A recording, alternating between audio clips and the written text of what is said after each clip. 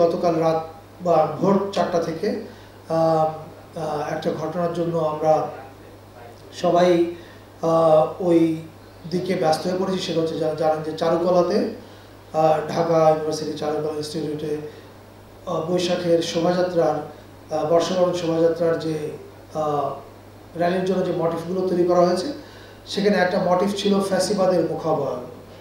সেই ফ্যাসিবাদের মুখাবয়বটা কে বা কারা পুড়িয়ে দিয়েছে ভোর 4টার পরে, এবং এটা স্পষ্টতই একটা কি বলে জুলাই পরবর্তী সময়ে জুলাইকে চ্যালেঞ্জ করে ফ্যাসিবাদের দোসরদের করা কাজ বলে আমরা মনে করছি।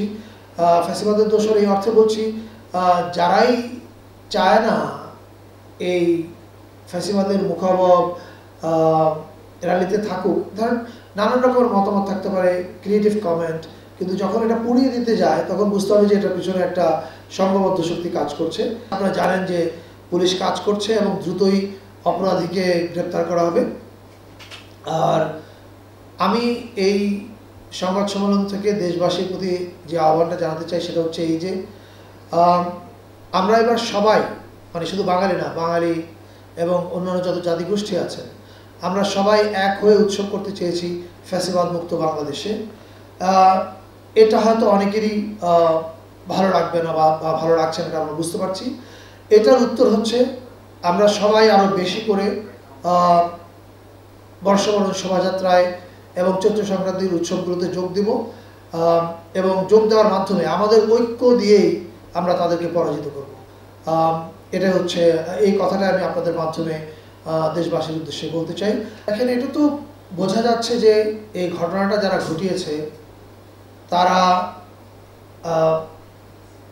চায় না আমরা যে উৎসব মুখর বাংলাদেশ তৈরি করতে চেয়েছি এবং যে ঐক্যের এবং সম্প্রীতির বাংলাদেশ তৈরি করতে চাচ্ছি, এটাতে তারা এক ধরনের বাধা দিতে চায়। কিন্তু তাদের শক্তি এত কম, যে কাজটাই করেছে এটা শাস্তি তাদেরকে ভোগ করতে হবে, কিন্তু তাদের এই শক্তি এত কম, আমি মনে করি না এটার মাধ্যমে তারা আমাদের সারা দেশের মানুষের সম্মিলিত যে শক্তি, সেই শক্তির সামনে দাঁড়াতে পারবে। এটা এই চৈত্র সংক্রান্তি এবং পহেলা বৈশাখেই বোঝা যাবে, এবং এখনই বোঝা যাচ্ছে। আপনারা আজকে পানছড়িতে যে ফুলবিজু উৎসব হয়েছে, তারপরে আমাদের পার্বত্য জেলাগুলোতে যে শোভাযাত্রাগুলো হয়েছে, সেখানে অংশগ্রহণ এবং সেখানে ফ্যাসিস্টের যে মুখাবয়ব নিয়ে তারা মিছিল করেছে, সেটা দেখলে বুঝতে পারবেন যে এটাকে থামিয়ে রাখা যাবে না। আমি মনে করি না এই শক্তিটা এত শক্তিশালী বা তাদের এরকম শক্তি আছে যে বাংলাদেশের সব মানুষের সম্মিলিত শক্তির সামনে তারা দাঁড়াতে পারবে, এটা বিশ্বাস করি।